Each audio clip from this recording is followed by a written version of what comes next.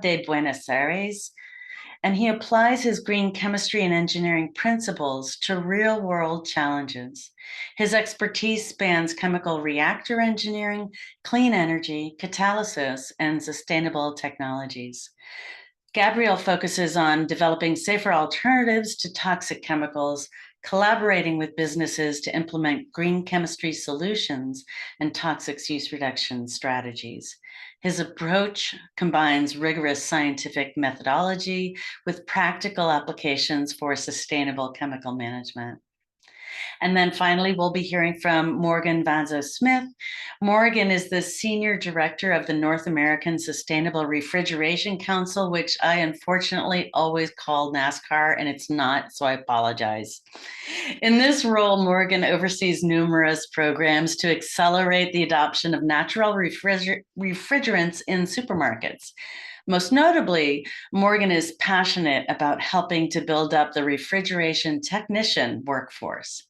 Prior to her role at not NASCAR, but I always say it, Morgan worked at the American Forest Foundation, supporting forest landowner programs in the Northeast.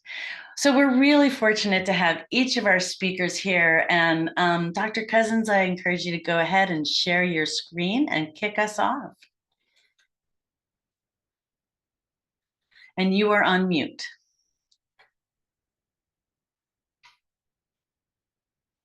And you're still on mute. I know. I'm just going to share my screen. Can you see it? I can see your notes pages. Yeah, it should come up now when I go to slideshow. Right. Okay. Yes, Is that thank good? you very Yeah. much. Okay, sorry for that. Thanks for inviting me. As you said in the introduction, I'm very much into PFAS, or per and polyfluoroalkyl substances. And today I'm going to talk a little bit about the intersection between PFAS and fluorinated refrigerants and ask the question, are modern fluorinated refrigerants safe? Before I do that, I want to talk a little bit about the definitions of PFAS, because that is quite important. The broadest definition of PFAS came quite recently. It's been developed by the Organization for Economic Cooperation and Development, or OECD, and it's a very, very broad definition. Basically, any chemical is a PFAS if it has a CF2 or CF3 group somewhere in their structure. And of course, when you have such a broad definition like this, that means that there are many thousands of possibilities, structurally diverse substances which can meet the PFAS definition. And with this broad definition, this includes substances which I'm going to talk a lot about later, and I'll show you the structure of this. Substances such as trifluoroacetic acid, but also many, many other substances. It includes a huge diversity of chemistry because the definition is so broad. And this definition is the basis for a broad regulation of PFAS, so-called restriction proposal in the European Union.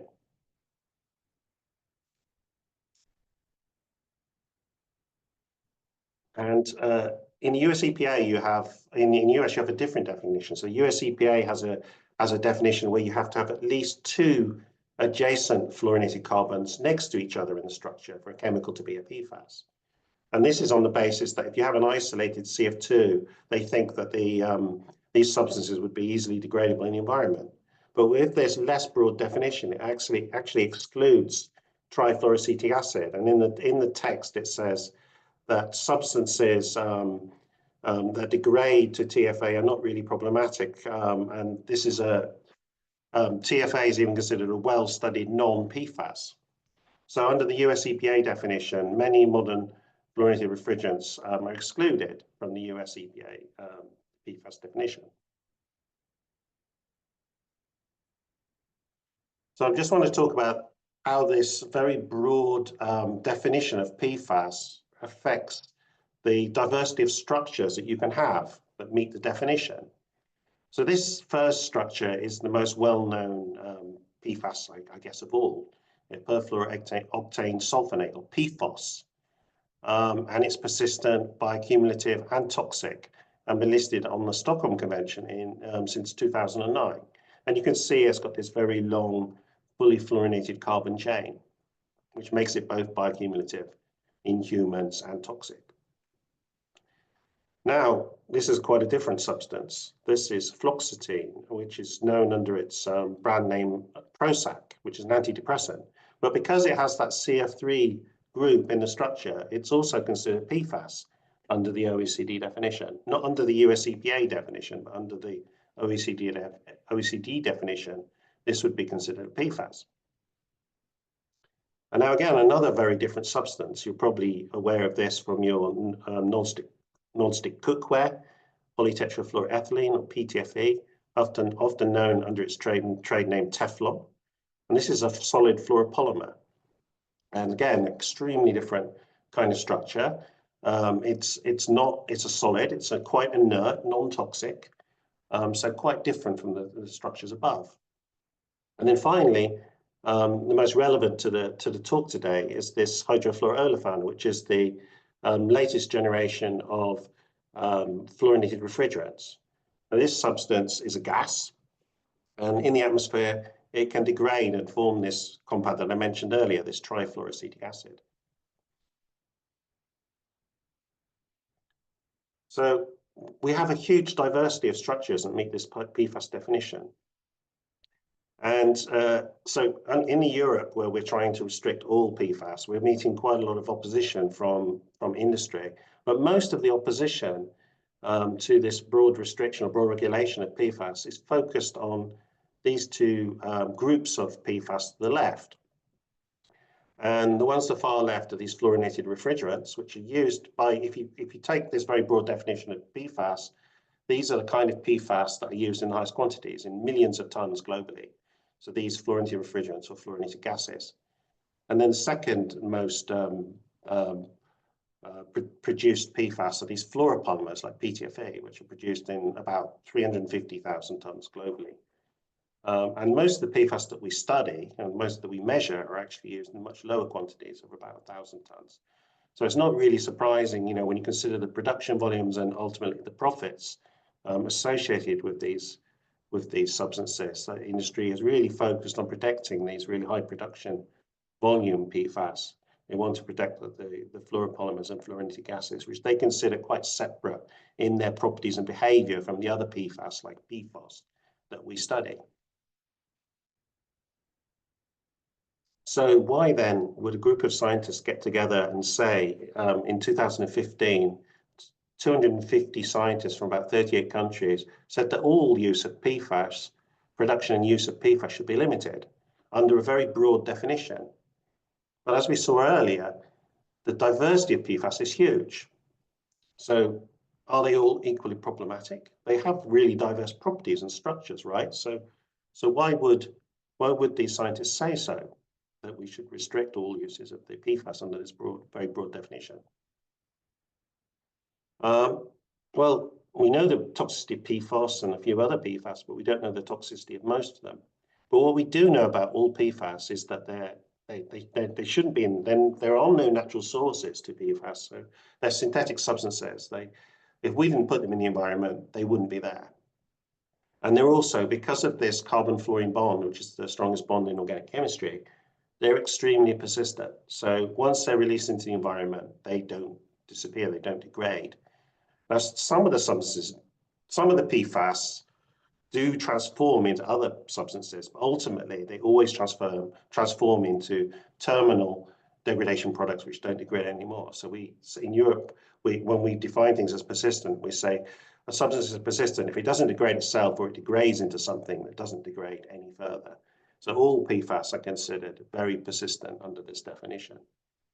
And if you would continue to release substances which are extremely persistent into the environment, then you will get a buildup of these chemicals in the environment, and the levels will just go up and up and up. And ultimately, there's a concern that you will reach some kind of threshold of either a known or unknown effect. And if you do then reach that effect level, there's not much you can do to reverse the exposure. You just have to wait a very long time for the levels to either dilute in the environment or be reversed in another way. So that's really what's driving the concern of all PFAS. But they are all persistent, but they're not all bioaccumulative and they're not all toxic. They have a very diversity of properties, but the thing that unites them all is this very high persistence. Now, is persistence itself a problem because stones are persistent? And this is the arguments we sometimes hear from industry. Well, stones are not things that have been introduced in the environment by humans. And I think the closest parallel I have to PFAS, if I look at this plot here, all of these substances are really problematic because of the PFAS. Some of them have other problematic properties as well, like DDT and PCBs are also bioaccumulative and toxic. The CFCs, they weren't toxic, but they made a hole in the ozone layer. But plastics and PFAS, I think, have quite some similarities in that the plastics are really of concern largely because of their persistence. Again, we don't really know all of the effects associated with plastics, but we do know that they accumulate. They're very persistent and they accumulate in the environment. The difference is we see that, and we probably are more concerned about that because we see it. But PFAS are kind of invisible, persistent substances which are also accumulating in the environment.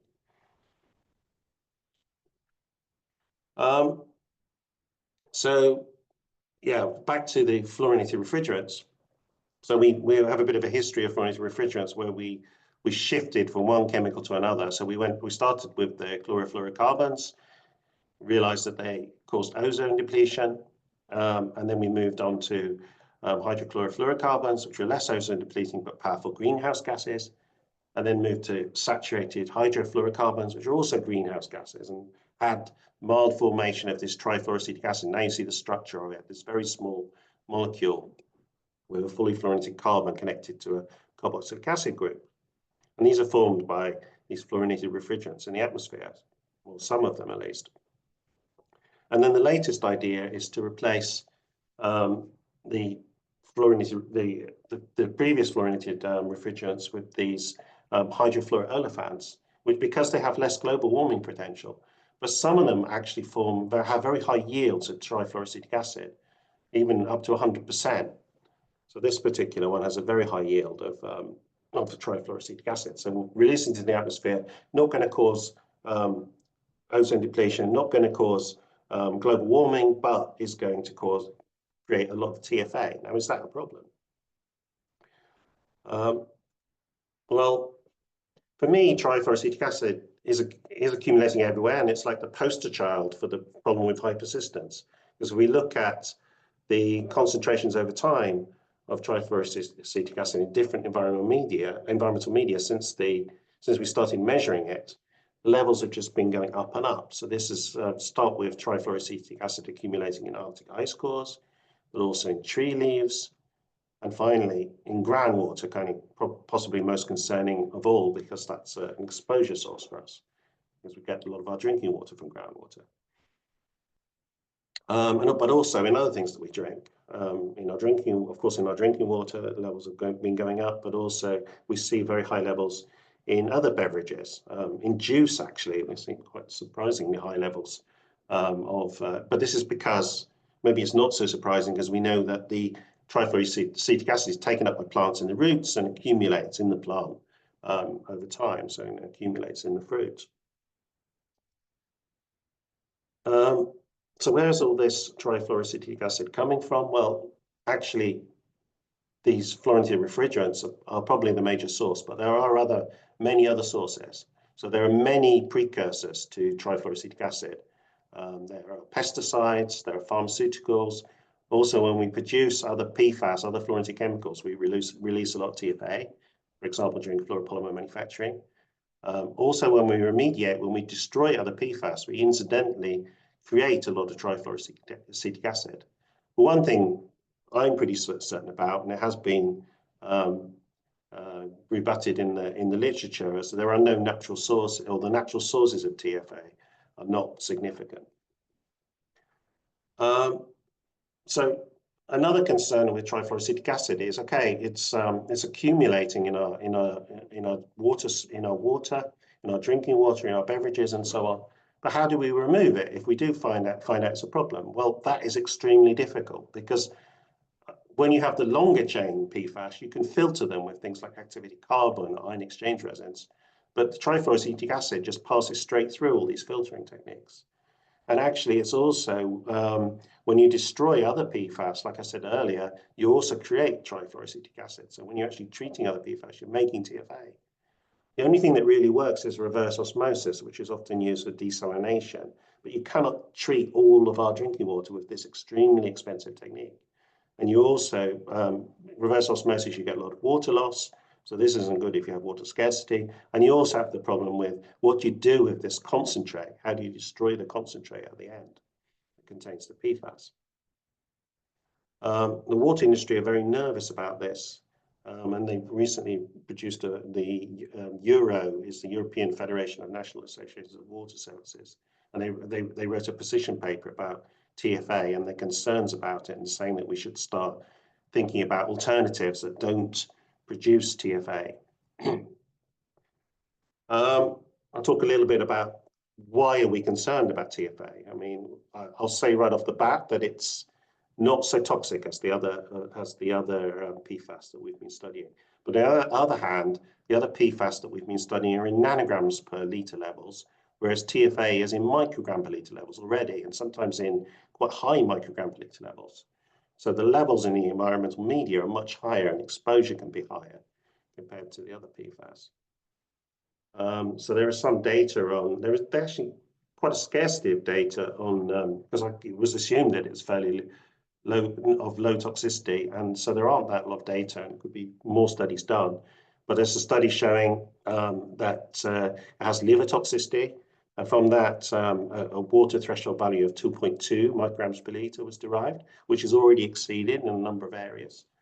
There's also new data showing that it is potentially a human reproductive toxicant. And then there's also ecotox data show, again, which you can derive, predicting no effect concentrations of a few micrograms per litre levels. Again, it's being exceeded already in some hotspot areas, not globally, but there are certain areas where these thresholds are exceeded. Our concern about TFA has prompted us to write this paper about is TFA a planetary boundary threat? And this concept comes from Stockholm University, actually, where I work. And there are different planetary boundaries. So there's a planetary boundary, for example, for ozone depletion, climate change, and various other things. And apparently there are 9 boundaries in total, and they've estimated that 6 have been crossed. But we're really interested only in the pollution, the chemical pollution boundary, because that's what we study. And we're interested in whether there's a threat for that being exceeded. It hasn't been exceeded for trifluoroacetic acid, but we say that trifluoroacetic acid is a threat. The whole principle of the planetary boundaries is that we should create a safe operating space for humanity. And we'd say that TFA is a threat to that safe operating space because we have increasing planetary scale exposure to TFA. TFA is everywhere in the world, in all environmental media everywhere, and levels are increasing everywhere. And so we're concerned that if that just keeps going, the levels keep going up, that we will then discover that we've crossed some kind of effects threshold, and then we cannot reverse that contamination. And then it's too late to do anything about it, or extremely expensive to do anything about it. So although it's not a global problem yet, it's not worth the risk to continue on our current trajectory, in our opinion. And we should really be precautionary going forward. What are the solutions to this? Can we stop this trajectory up of increasing concentrations of TFA heading towards the cliff? Well, yeah, there are several things. I mean, in my view, prevention is the most effective method here, and we should switch to alternatives where possible. Now, it's not always possible to do it for various reasons. When you do alternative assessments, you realize that it's not always possible. It can be economic reasons, there can be technological reasons, and so on. But there are quite often reasons where you can't switch. But I would say we did this analysis, and other people have done similar analysis, that there are alternatives to fluorinated refrigerants that work perfectly well. And in many use cases, we can substitute fluorinated refrigerants for natural refrigerants. And then in this particular review, we went through and saw that it seems to be possible for a lot of different uses of fluorinated refrigerants. Another big use of these fluorinated gases is is has in blowing agents for insulation. Um, and here we've done an alternative assessment study as well. And in this case, the fluorinated gases are a foamant, so they expand the foam that's used in insulation. But you don't need to necessarily just swap out one chemical for another. There's other substitution strategies you can use. So you can just swap the chemical, of course, that's like a chemical substitution, but you can also maybe change the technology or change the material. And so there are other ways of insulating. There's things like fiberglass, rock wool, and so on. So you could use a completely different material for insulation, which avoids using the fluorinated gases. And again, this would obviously, again, also reduce the release of the fluorinated gases into the atmosphere and reduce the production of trifluoroacetic acid in the atmosphere. So the summary of these solutions is basically, first of all, this triangle, this is the from the chemical strategy in Europe, where you see the green part of the triangle is biggest, because we think prevention is the most effective way at reducing the most effective solution to the trifluoroacetic acid problem and also to other problems with PFAS. So prevention is transition away to transition to alternatives to fluorinated refrigerants. Identify those non-essential uses where you can shift to alternatives. And maybe if you wanted to prioritize, you could focus your transition on those TFA precursors which which are produced in the greatest volume and have the highest TFA yields. But you probably, if you can substitute, in my view, you should substitute these fluorinated refrigerants, because a lot of them are problematic either because they're greenhouse gases or because they produce TFA. I don't really like the US EPA approach where they deprioritize TFA. For me, it's a problem, and I think TFA is a PFAS, and it should be integrated into PFAS strategy and PFAS like it is in Europe. And the least effective is then to sort of manage your fluorinated refrigerants in a better way if you have to use them, because they're essential for whatever reason. At least now, doesn't mean they're essential forever, because you can come up with better technologies in the future. But if they're essential now, you can minimize the gas emissions and stop them being released into the environment and producing TFA. So that's really the end of what I had to say. And you can read more about our paper, which is about the global threat from the irreversible accumulation of trifluoroacetic acid, which was published in Environmental Science and Technology late last year. And thanks to my funding from the 0PM project, you can see our logo is this triangle: prevent, prioritize, remove, which I mentioned at the end here, which is funding a lot of research on persistent and mobile substances like trifluoroacetic acid and other PFAS. Okay, so thank you very much. Thank you very much. So we have a couple minutes here. If anybody has a question for Dr. Cousins, now's a great time to go ahead and unmute yourself, or you can raise your hand and I'll unmute you. We welcome any questions or comments for Dr. Cousins at this point. I see nothing in the chat. Okay, well, let's move on then.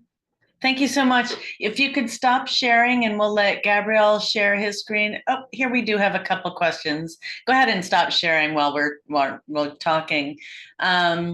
So why not more research on TFA toxicity? Let's see. Did I stop sharing? Hang on a minute. Yeah. Okay. Yeah. So like I said, I think that it's just been assumed that it is a fairly low toxic, not very toxic substance. And so it hasn't really been prioritized. Has been the longer chain PFAS have been prioritized for toxicity studies. it's eliminated quite rapidly from the human body. And so it's not really been considered a problem for human toxicity or even any other kind of toxicity, really. I mean, it's just because of its not considered to be taken up so well by organisms. But this was probably an historical viewpoint. I think now that the levels have been increasing so much over time, and I think this is only really recently that we've realised, because there was a kind of initial interest in TFA in the 90s, and then there was a kind of a long gap where people didn't really focus on it. But it's been a big interest in it again in recent times. And then we've suddenly realized, okay, oh, whoops, the levels have gone up hugely.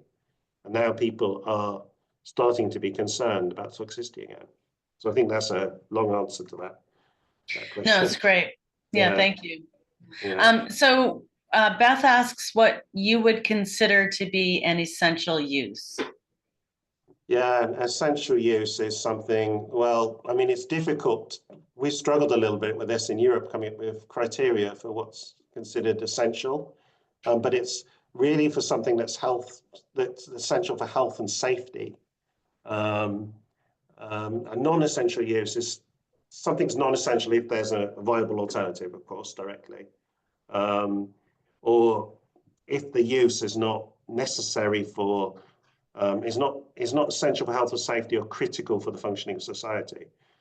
So that's the terms we use, which is actually the same terminology that they use in the Montreal Protocol, because that's where it was.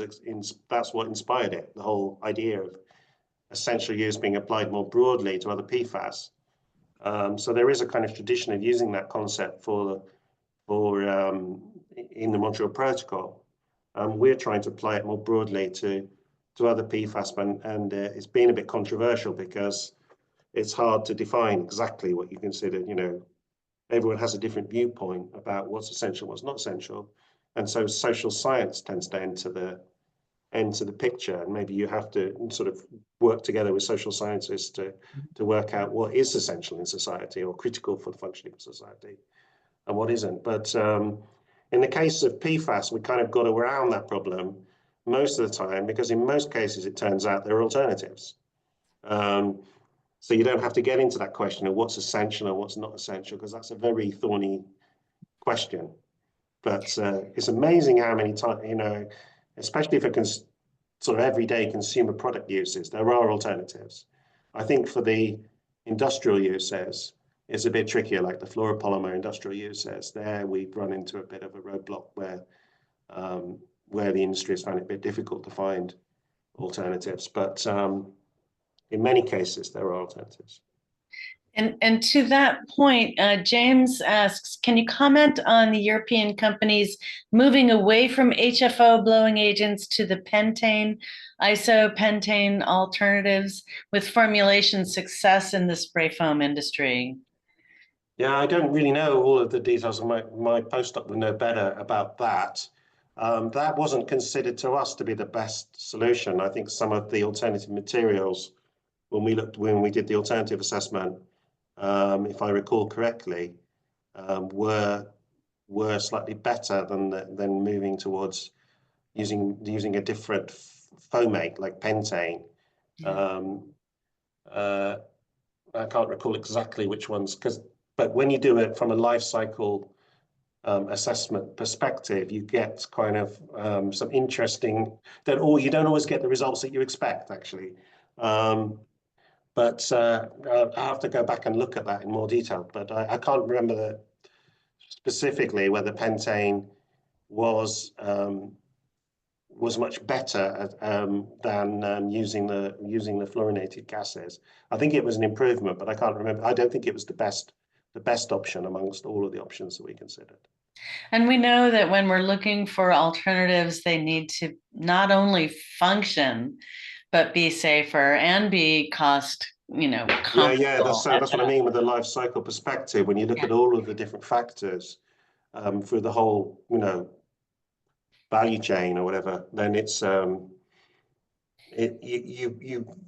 you get surprises, and it could be something if you just look at it from a hazard viewpoint, just a chemical, swapping the chemical out and looking at the relative sort of hazards of that particular chemical, you miss the big picture of the whole supply chain, and all of the economics and other factors that you need to take into account. So alternative assessment is very complex, and quite often quite uncertain as well. But I think we were quite certain, at least, that there were better alternatives to using fluorinated gases as foam blowing agents. Right. And we have a couple questions about the challenges associated with that, which we will get to in our following presentations, which is good. We have one question here that maybe you can comment on. Perry asks, you mentioned fluoropolymers don't have an alternative. In instances where there are not effective alternatives, what would you recommend? Well, I didn't say that. I said that there, for certain consumer product applications, there are alternatives. Like if you want to have non-stick cookware, for example, there are very good non-stick ceramic alternatives. Now, I haven't done the full life cycle assessment, alternative assessment on that either, but there are alternatives that PFAS-free alternatives, at least for non-stick cookware. But I think the challenge isn't that; it's more the industrial uses of fluoropolymers. So things like seals and gaskets and things like that. Where you use the fluoropolymers industrial processes and so on, where they have to think, well, can we find some other material that we can use in this industrial processes that can, resist very high temperatures or very extreme chemical conditions and so on. Now, there could well be alternatives, but it's a challenge sometimes for the industry to test the alternative materials, and of course they've got used to using fluoropolymers now, and they don't really want to change if they don't have to. But it's definitely a challenge for them to switch and find new materials, and it's not always clear whether these new materials are better. So you could switch, for example, to silicone polymers, for example. Are they better? I mean, there are also environmental issues with those as well. So. But they're also very resistant to extreme chemical conditions and temperatures and so on. But it can be a challenge anyway, particularly in the industrial processes, I think. Absolutely. Well, thank you so much. We'll get to more questions at the end, but I want to go ahead and hand it over to Gabriel. So go ahead. Okay, thank you. Yeah, I just want to share a few highlights on the TURI alternative refrigerant report that we are releasing today.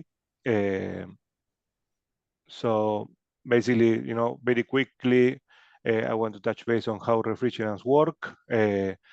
They undergo an operation. They are the main character of your fridge and your air conditioning, and they undergo an operation called vapor compression cycle. You can imagine the refrigerant as a sponge, taking heat from one place called source and releasing that heat into some other place called sink.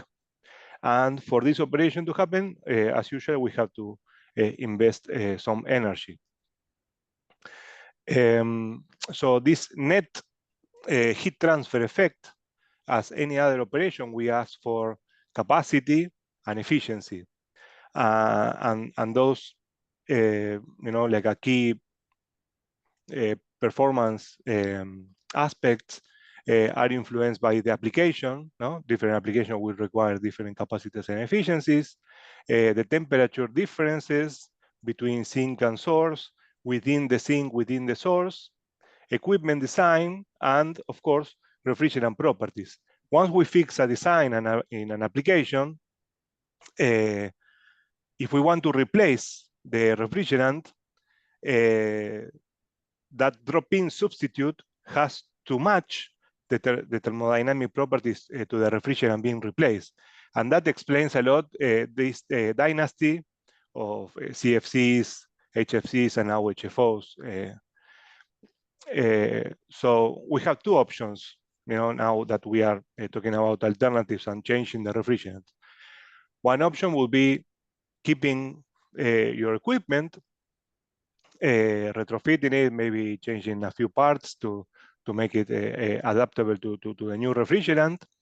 But we are missing some opportunities of avoiding some indirect emissions for lower efficiency, leaks, like of the equipment. Also, from lots of regulatory developments, we are seeing F-gas costs. HFOs are way more expensive than HFCs, and also there could be availability in the future, availability problems in the future of those drop-in.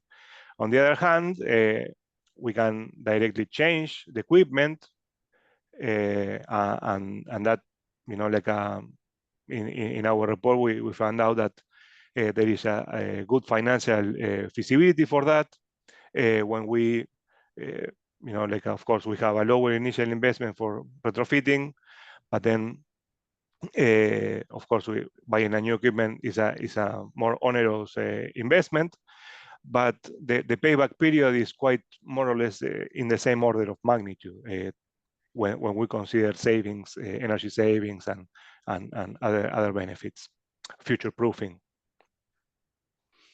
So, to give you some context on regulations that are affecting HFCs now, HFCs were dominating the refrigerant markets from the 90s to 2010s. But because they were CFC drop-in replacements, because they don't damage the ozone layer. But now we realize that HFCs have a very high global warming potential. So we had to amend the Montreal Protocol in order to take into account climate impact. So here we are, we have a good example of regrettable substitute, where we mitigate one problem and we switch the burden to another one. And a very recent US EPA report calculated the climate benefits and also compliance costs for this transition of HFC phase down, not phase out, like in CFCs. This is a phase down, like a HFC use reduction. The climate benefits are several trillions, but also the compliance costs, trying to build new infrastructure to comply with these new regulations. Of course, it's an investment, but there is a net benefit of about 300 billion at the end. So, well, this is very quickly, we, again, the new generation of the dynasty of F-gases are hydrofluoroolefins and some blends with HFCs, some hydrochlorofluoroolefins as well. And they are intended to be, low global warming potential refrigerants. But what we are seeing is that there are some blends that are still using high global warming potential HFCs, of course, for, it's a phase down, so it is, let's say, legal and valid. But also, we are dealing with PFAS that create other PFAS. And also, something that we are going to touch base in a couple of slides is HFO synthesis involve CMR chemicals, and that affects communities nearby production facilities. And to be clear, PFAS remediation costs are trillions of dollars, and really we cannot repay that cost. Even if we invest all the gains from F-gases and PFAS, we are still falling very short from the remediation cost of PFAS. HFOs are also flammable, so HFCs are used in these blends as a flame suppressant for some applications. And also there are this dilution of GWP of the HFCs by mixing in such a way that they are GWP compliant. And the end of life, as Dr. Cousins well said, there is a lot of trifluoroacetic acid production. Practically 100% of HFOs go very quickly in a matter of days or weeks into TFA. But in some environmental conditions, there could be some potential production of HFC23, which is 15,000 times more greenhouse gas as CO2. So we really need to verify these HFC emissions in a serious way, not opinions, seriously. Talking about now going upstream at the F-gas production sites, the EPA also released another report, the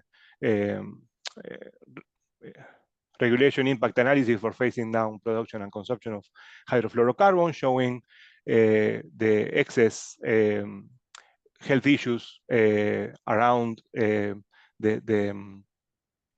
production facilities, cancer risk, respiratory issues, other health impacts that are had to be factored in when we consider an alternative. No? Proximity of these manufacturing sites increase exposure to stuff like carbon tetrachloride, perchloroethylene, some toxic HFCs that are intermediates. So this is another factor to take into account.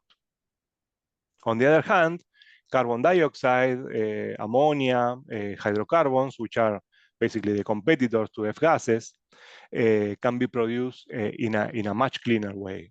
We can do carbon capture for CO2. We can, although traditionally ammonia is produced with a carbon-intensive Haber-Bosch process for needing hydrogen. Now there are other ways to produce hydrogen based on renewable energy, so we can do a zero emission production of ammonia too. And propane, although we connect propane and hydrocarbons with fossil fuels, now there are biorefineries that can produce any hydrocarbon at the scale required by the refrigerant industry. So we are in a position to say that HFO may potentially be regrettable substitution, and at the same time, given the existence of alternatives with appropriate market readiness, we are also in front of a non-essential use. So new CO2 designs are like overcoming energy efficiency issues from the past. Hydrocarbon flammability, it is also something that is already overcome by equipment design and safety standards. There are safety standards in place that can allow equipment to have more than 1 pound of charges, like the container of the refrigerant could harbor more than 1 pound or 3 pounds or even more. I heard from some people for industrial applications. And also ammonia. Ammonia is toxic, of course. It is the preferred industrial refrigerant, is the most efficient refrigerant, but of course it's not allowed for domestic applications. Some ultra-low charge ammonia systems can reduce but not completely eliminate acute toxicity and eutrophication-related liabilities. And on top of that, we have some solid-state technologies, Peltier, magnetocaloric, that are increasingly augmenting their technology readiness level to offer a refrigerant-free cooling solution. So basically here we are in a situation where strong regulation and clever incentives could make cooling solutions or refrigerant solutions feasible. And as you can see, the adoption in Europe, where the F-gas where the F-gas restrictions are tougher, and also the incentives to adopt newer, more sustainable refrigeration systems are in place, we are seeing a lot more market shares and adoption. So with that, this is just a few nuggets from a very, very deep pot of that it is our report, our assessment of available low global warming potential alternatives to F-gas refrigerants. It is available now, so anyone can look at it. If you want to have a serious conversation about PFAS in general, you know where to find me. So thank you. Thank you, Gabrielle. Agnes has posted both papers that were discussed so far this morning on the chat. Gabrielle, we have one comment from Izzy saying that given the topic, I think it is worth mentioning a new book by Nicola Twilley called Frostbite. She covers alternative ways to preserve food. So yes, this is more than just about keeping our work environment or our homes comfortable. There are applications for refrigerants that go beyond and into industrial applications as well. And so I want you all to be thinking about that. Nice. Yeah. I'm going to consider. Yeah. But no, yeah. It's thank you for the suggestion. Great. Any other questions for Dr. Salerno before we move on? I think we covered this question from Perry. I don't know if there is any follow-up questions. We are always open. Right. Perry had asked the question, how do the other alternatives you reflected on succeed against other regulatory hurdles such as building requirements and codes, toxicity issues, global warming potential, market transition, comfortability, et cetera. So yeah, I think you've touched on quite a bit of it. And Perry, if you have any follow-up, that would be, you're welcome to pose that. The report, section 4 of the report is going to answer a lot better than 15 minutes talk. Great. But yeah. And Agnes posted the link to that, so I encourage folks to go ahead and look at your report and download it, and certainly get in touch with us if you have any questions.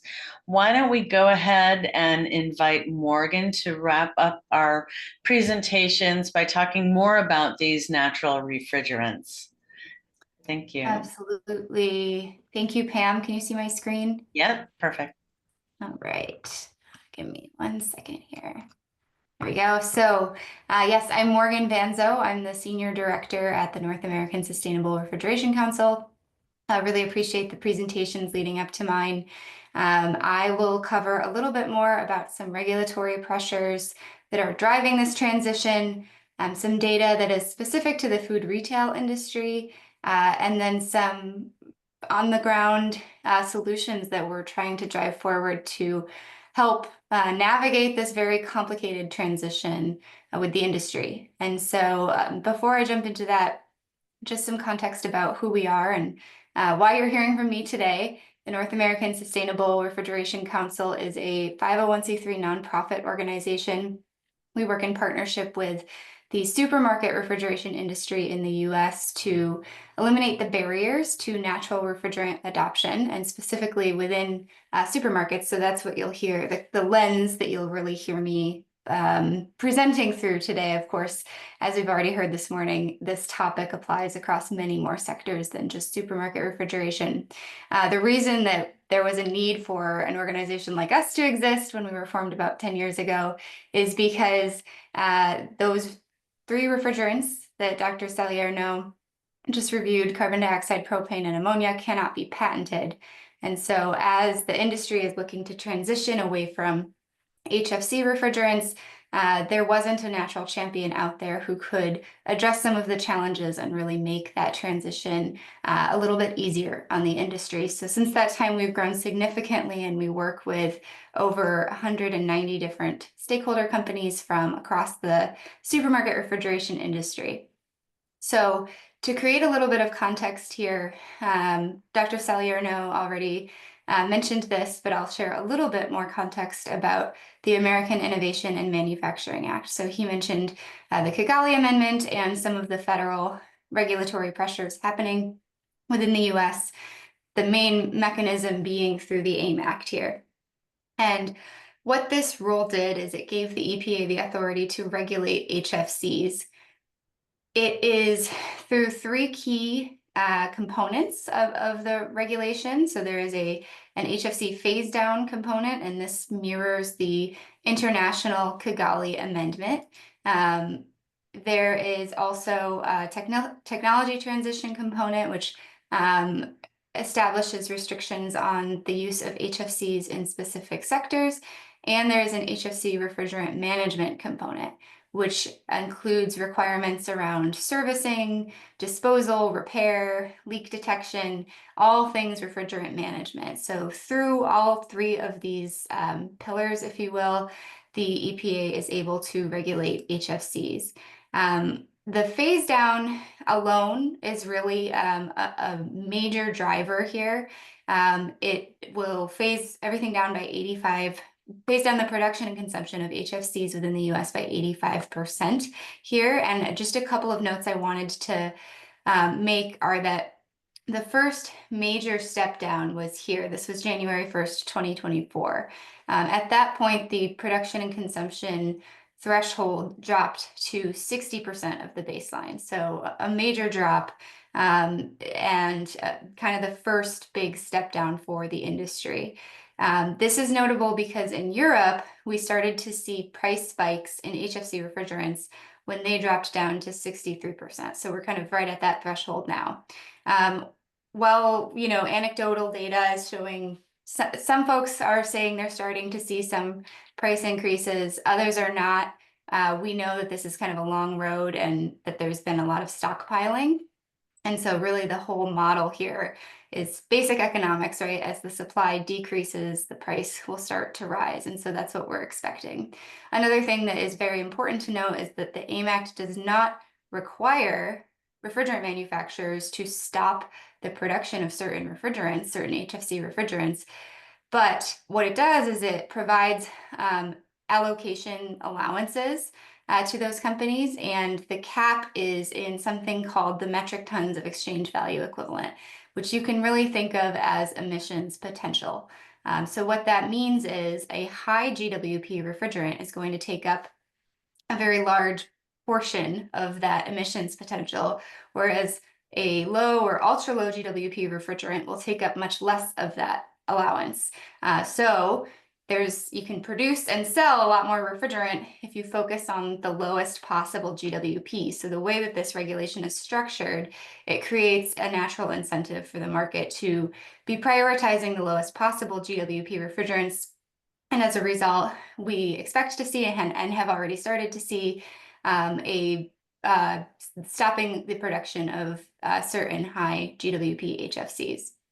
You may be wondering there's a lot of uncertainty at the federal regulatory level right now, and I'm happy to talk about this more in the Q&A, but the phase down piece is not under question right now, and really that alone is enough to drive.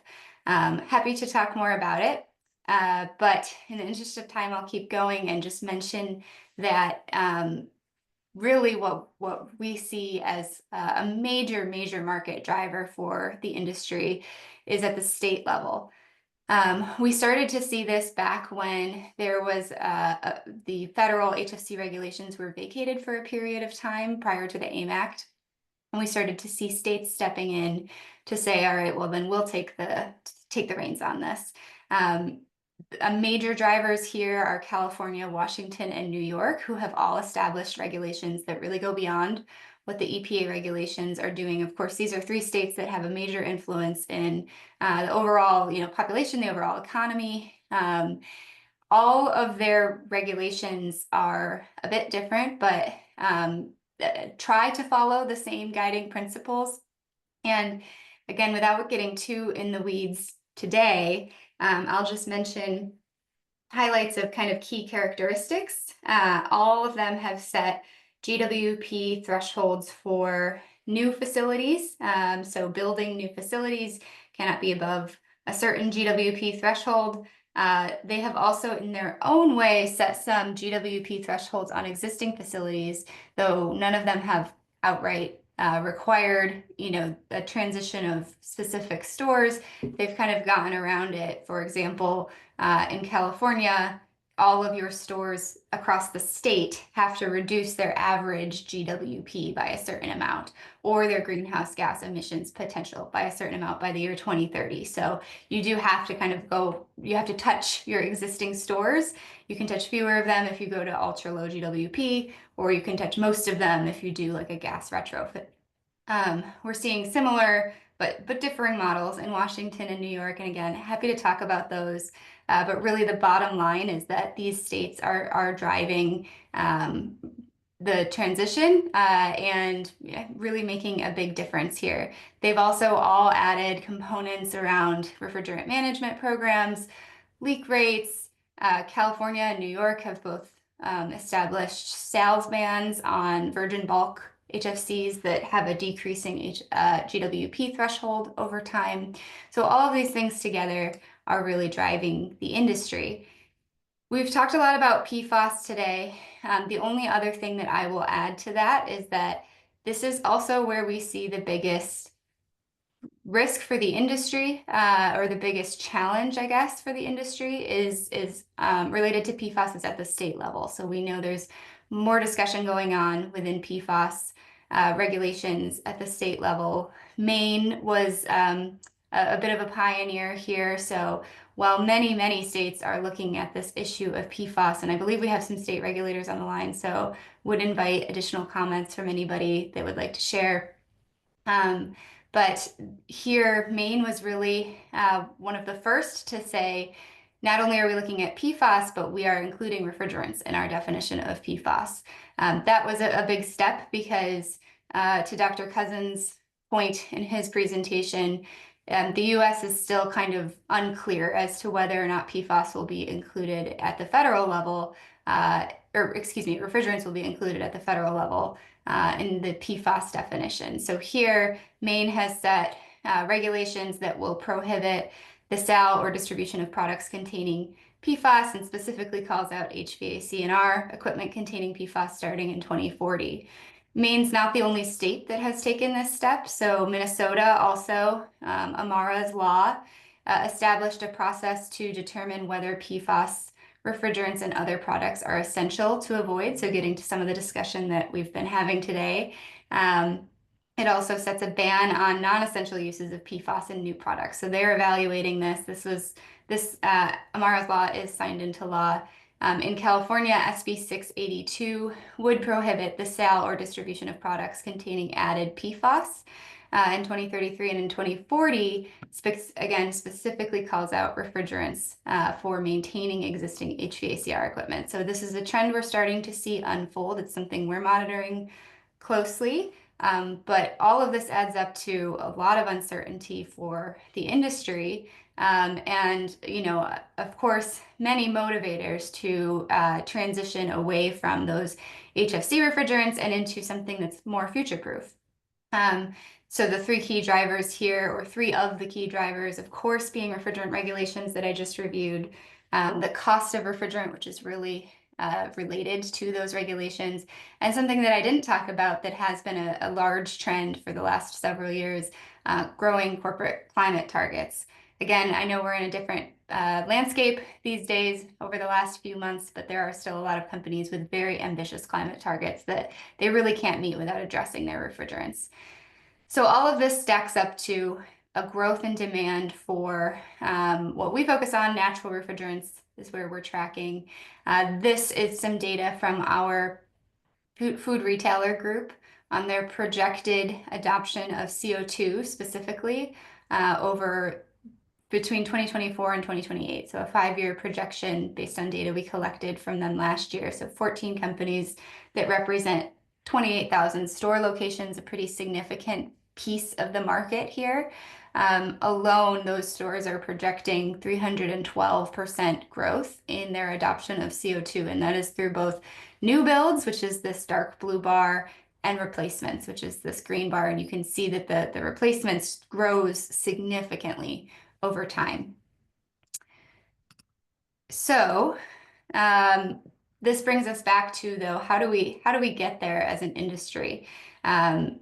While there are motivators, while there is this widespread transition that is absolutely underway, it in no way means that this is easy. To Dr. Salerno's point, these solutions are not drop-in. There are no ultra-low GWP refrigerant drop-ins at this time, at least within commercial refrigeration. And so there's a lot of challenges that need to be addressed to make this transition smoother so that the industry can get into whatever refrigerant is most future-proof for them.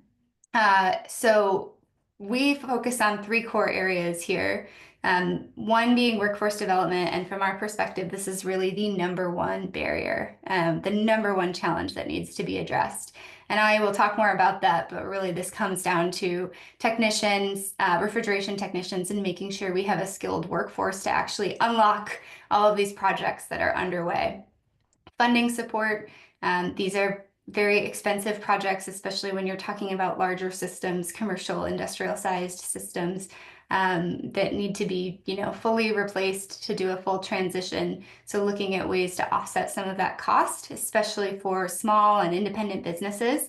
And then education, recognizing the role that we play within all of our stakeholders that are involved to helping facilitate knowledge sharing, making sure that everyone is moving forward with the same knowledge, and can help facilitate things like technical guidance and really just get the industry aligned, sort of a rising tide lifts all boats approach.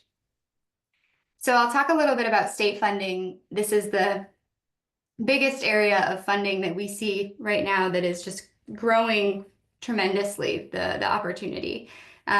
So there is active funding in 4 states right now. The most notable, the most sizable is California, their F-gas reduction incentive program. I'll talk about this program specifically, but I do want to make note that there are also funding programs in Massachusetts. They've got a commercial refrigeration grant program that is currently open. That's a first come, first serve program. So if you're a Massachusetts stakeholder, I would encourage you to get on top of that one. Delaware has had a program called the Cool Switch program for several years now. And New Jersey just last year launched a NJ Cool program, which is an incentive program to support this transition. But these are not the only states that are moving in this direction. New York, Illinois, and Minnesota have all taken very significant steps to pursue incentive programs, and we do expect those states to roll out incentive programs. We see an opportunity for more states than this. I know of a few that are very interested in trying to find a good funding source. So this is a big step. It's a really important tool to help make this transition a little bit easier. I will talk specifically about the California program because this is so large and it's currently open. This is a $65 million incentive program. Full transparency, we are the third-party administrator of the program. And so my team is available to support anybody that's interested in exploring this program. But really the goal is to ultimately reduce HFC emissions, of course, but make it easier to adopt ultra-low GWP refrigeration equipment across the state of California. The program does prioritize facilities in disadvantaged and low-income communities, small businesses, and independent facilities. And there is a current funding window that is open right now through August. So I would highly encourage you to, the funding guidelines are linked on these slides, and I can pop them in the chat after this as well. But please stop on the website, and if you need support, we've got a whole technical support team ready to jump in. Moving on to workforce development here. As I mentioned, this is really the biggest barrier that we see the industry facing. You can have all the funding programs in the world. Everybody wants, to move to ultra low GWP or natural refrigerants. Technical guidance is strong, standards are strong, but we at this time simply do not have enough technicians to actually do all of these projects at the rate at which everybody is hoping to do them. As many trades are facing right now, we're suffering from a shortage of skilled labor. I would say that the refrigeration industry is an even bigger gap based on some of the data that I've seen, and also just the fact that this is a very challenging career path. It requires a tremendous amount of knowledge. It's a very highly skilled trade. And a refrigeration system cannot wait until Monday morning. You know, technicians are on call, and on nights and weekends and holidays. It's a demanding career, and for some, extremely rewarding. But unfortunately, with all of those pressures and with the disproportionate age distribution across the workforce, we are seeing a retiring out of the workforce like many trades. We're also seeing some burnout where technicians then exit the workforce, which just exacerbates the shortage further, and then puts even more pressure on those technicians that remain in the industry, further creating this cycle, this burnout loop. So we're trying to disrupt that. This is really, if I could give anyone a call to action, I would say, please get involved in a workforce development program. Please try to share this information and encourage youth in your life to pursue a career in the trades. So this is our trade program, refrigeration technician, recruitment, advancement, development, and education. That's the only time you'll ever hear me say the full acronym. It's a mouthful, but really a very simple goal, which is to build up a sustainable refrigeration technician workforce. It's got 3 core pillars: recruiting more technicians into the industry. So this is not recruiting for a specific company, but trying to build up that pipeline. Improving comprehensive training on refrigeration technologies, and particularly on advanced refrigeration technologies, and then increasing retention so that we aren't, losing our technicians and that they are staying in the trade. Just acknowledgement to our founding partners here who have made this program possible. We have a number of solutions that we are moving forward under this program, and this is where I say, if you have there is a place for you within this program or within workforce development, because there's so many areas that need attention and investment. Under recruitment, a lot of what we've done so far has been what we consider kind of a low-hanging fruit, which is within HVACR school programs, making sure that those students and faculty have the resources that they need to have equal exposure to HVAC and refrigeration. Right now, we know that a lot of those programs, for a number of reasons, are very focused on HVAC, which is wonderful. But we want to make sure that those students also have exposure to and awareness of refrigeration as an outstanding career path for them when they finish their schooling. So these are people that have already self-selected. But at the same time, we're casting a much broader net to get more candidates into those training programs in the first place. Looking at veterans, young adults, youth, really trying to build up this workforce and highlight how wonderful these technicians are. On the training side, our natural refrigerant training summits have really been a foundation of this program. So these are free 2 to 3 day events where we bring in basically all of the major vendors and manufacturers and trainers in the industry to train on CO2 and propane. So this helps contractors no longer need to necessarily bring in training from each individual vendor or coordinate all this different training. Instead, technicians can go to kind of a one-stop shop that is free of charge and get access to all the training they need.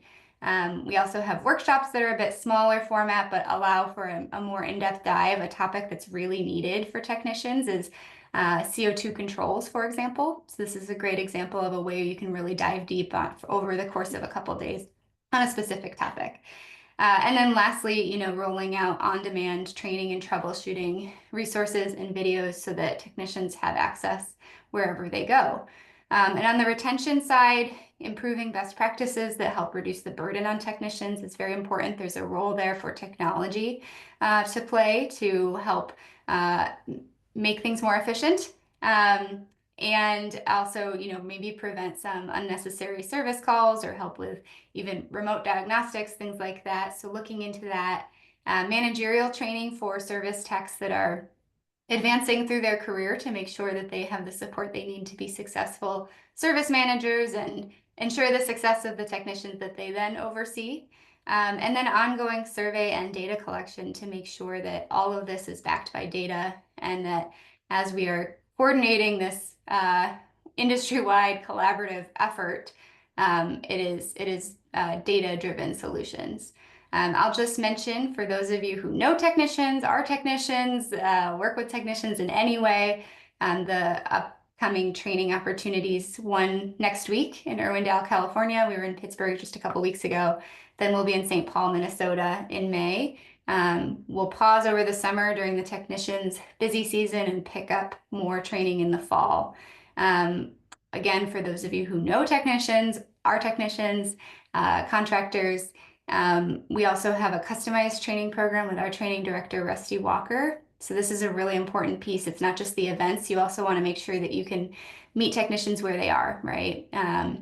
And so having customized training opportunities available primarily on CO2 here, so that they can get whatever training their technicians need based on their level, based on what's going on in their region. Providing those customized solutions is really important.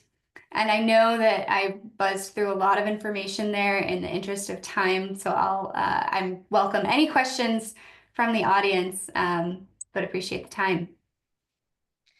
Thank you, Morgan, so much. Yeah, no, really interesting. And we do have a couple of questions that have popped up, which I'll go ahead and recite to you. So Sandra is asking about figuring out the supply side of the issue when we're talking about natural refrigerants. CO2 becomes scarce in warmer months in New England due to soda industry using it. So what is the approach to managing the supply side? It's a great question. And this is actually something we've looked into, because there was a couple of years ago, there was, I believe, a CO2 production plant that shut down, if I recall correctly. And so a lot of companies were experiencing a shortage of access to CO2. For a lot of, on the food retail side, for a lot of companies, keeping a full charge of CO2 on site is a solution that a lot are using. That's obviously challenging for a number of reasons, but making sure that they have their own kind of creative solutions to have access to CO2 is how they've gotten around it to date. You're absolutely right that there's a need for more security than that. And I think the solution is working with those refrigerant distributors. And hopefully, as we see the demand increase for CO2, we will see those distributors, wholesalers have more supply of CO2. And that's part of why we release that data on our projections for CO2 growth, so that the market can get ready, not only the refrigerant suppliers, but also equipment suppliers. Yeah, thanks. If you wouldn't mind stopping sharing your screen, I'll just pin each of our speakers, and let's look at some more of the questions that we have been seeing. I'm gonna just add a pin here. And Morgan, where did you go? Okay, so let me just find Morgan. I don't know how I lost you there. Goodness sakes. Okay. I'll keep looking to pin you on there, Morgan, as well. I'm sorry. But we have a couple questions here that I just want to pose and invite you all to respond to. So Michael asks, how will natural refrigeration adoption be affected by planned federal regulatory rollbacks and Trump announcement that state climate change regulations will be targeted for elimination? And it's a really good question, and it's that elephant in the room that I've often thought about. So I'm really glad you posed the question. Any thoughts from any of our speakers?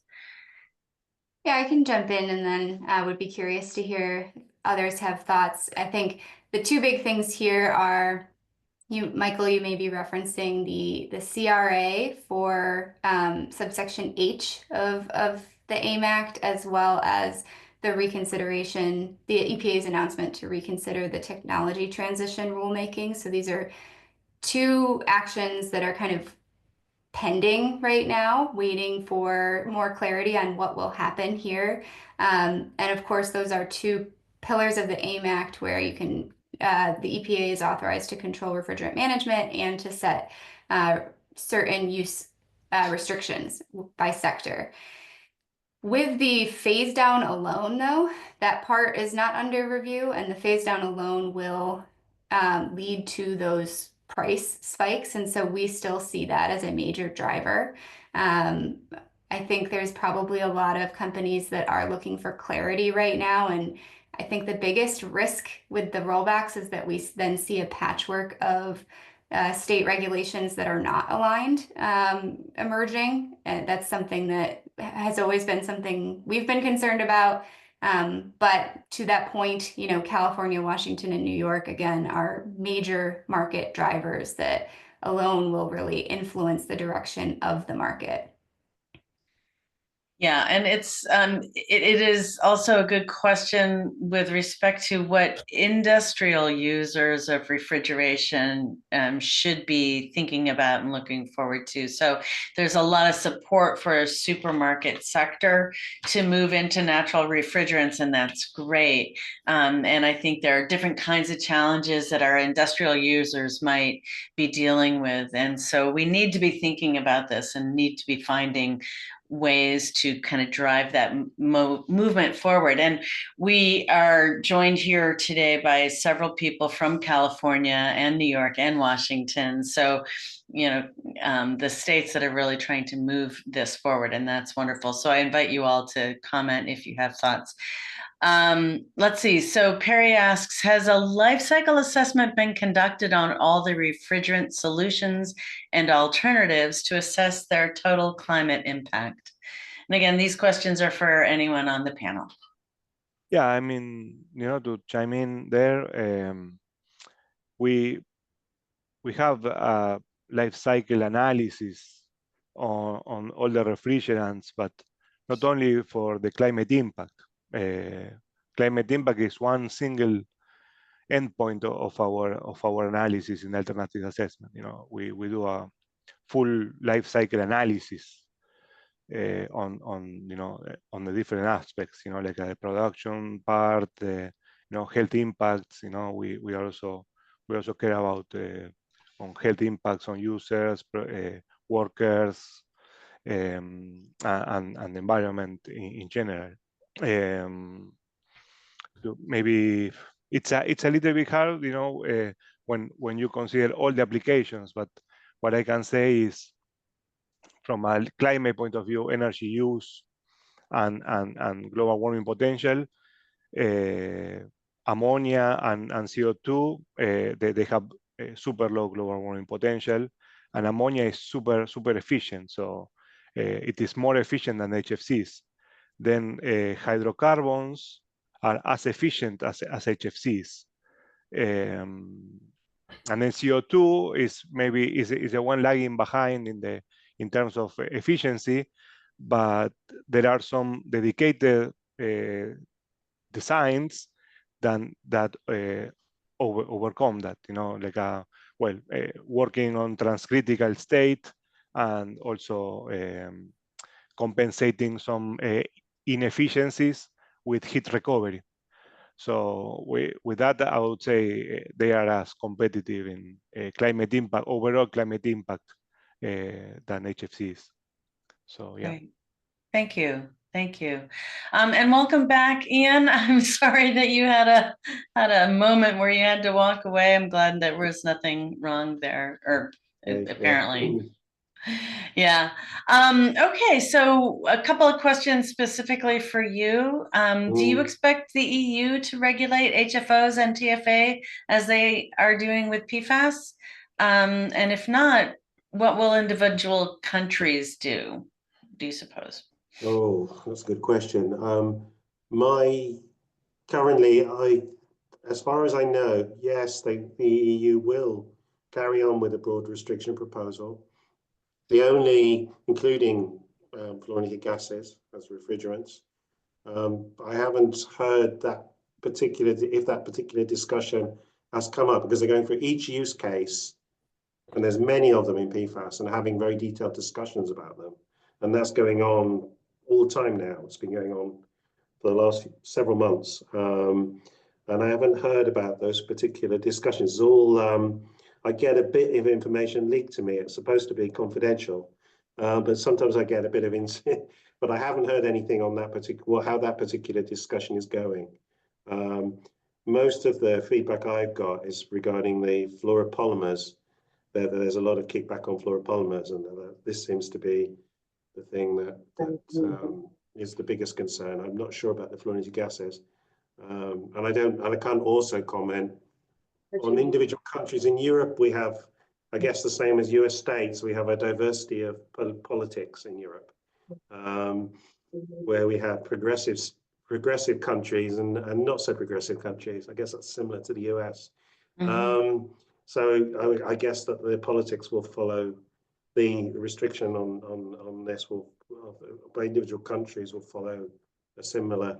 Where I come from, the UK is not necessarily known as being progressive on environmental policies, for example. Yeah. I'm looking at the UK here, hopefully. Whether they are or not, we all know who we are, don't we? Yeah. And another question for you is just if you could comment on Germany's proposal regarding TFA's reproductive toxicity. Yeah, they submitted a dossier in March 2024, and that triggers a consultation process, which takes about 18 months, a review process. The ECHA committee for risk assessment, or RAC, in which stakeholders can provide input. So there will be it's a consultation going on now regarding whether it's a reproductive toxicant, which will. So they submitted it in March 24. It should be probably will get delayed, so probably won't be this year. It'll probably be next year that we get some more news about that. Yeah, well, it'll be good information to have. Beth asks an interesting question. Given the amount of refrigeration needed for data centers and the increasing number of data centers, has the North American Sustainable Refrigeration Council looked at the impact of data centers? And are there any anticipated regulations for this industry that you're aware of? It's a great question, Beth, and you're absolutely right. This is a huge topic, both from an energy standpoint and a refrigerant standpoint. I will say I'm out of my depth speaking about the specifics on data centers. So happy to look into it if you want to reach out to me offline, but I would hate to misspeak. Yeah, no, fair enough. Any other thoughts from you, Gabrielle or Ian, on data centers and the need, the increasing need there? Yeah, of course, we should focus on that and the coolant, the liquid coolant. There are liquid coolants that are also PFAS, but there is no, it is. We also, yeah, this is something that we should follow up at some point, and we have the same problem and the same solution at the same time. So there are some PFAS coolants, or the liquid part that is in contact with the circuit that could be PFAS, but also could not be PFAS. So there are liquid coolants that are not PFAS and can work. So it will depend on who is selling you the thermal management. Yeah, Sandra points out that most privately funded data centers are going to standalone power generation, and so probably also custom refrigeration design. Interesting. Izzy asks, are there alternatives for automobile or for mobile R34 uses? Yes, I cannot mention the brand, but there is a German brand that starts with A, that released in 2023 or 2023 models with CO2. And also there is another bus brand that also has a CO2 mobile air conditioning. Right.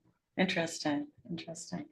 Any other questions for our panelists or questions for each other based on what we've heard?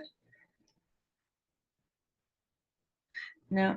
I think I have one last question and then I want to let you all go. So I think it's great that there's so much, it's great and it's logical that there's so much focus on supermarket as a field.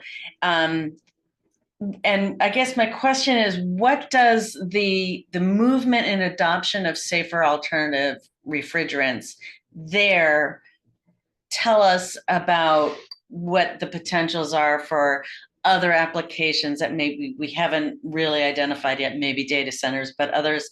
Are there specific things that you think different sectors should be looking for, thinking about?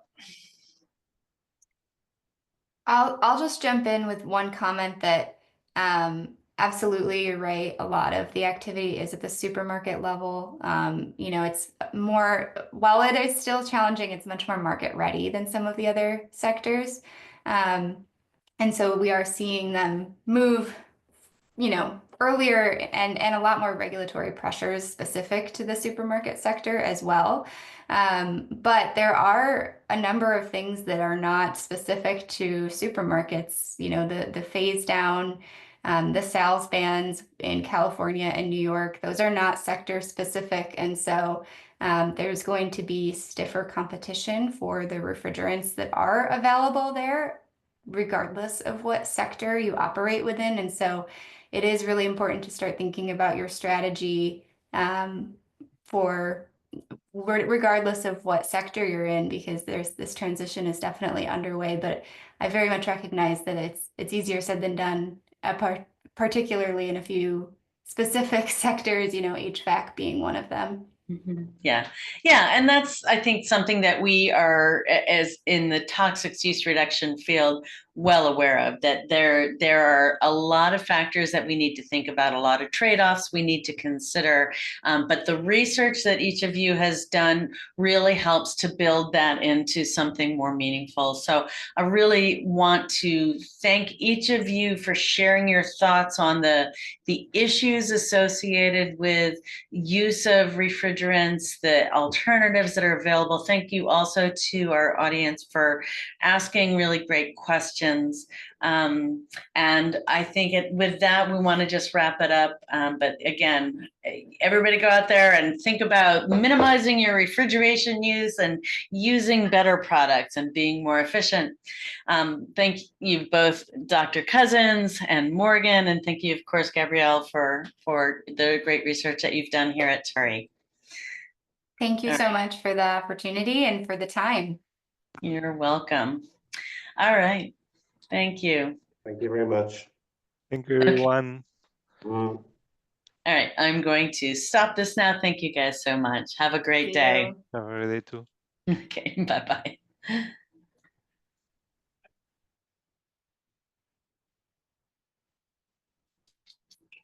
I'm going to try to stop this now.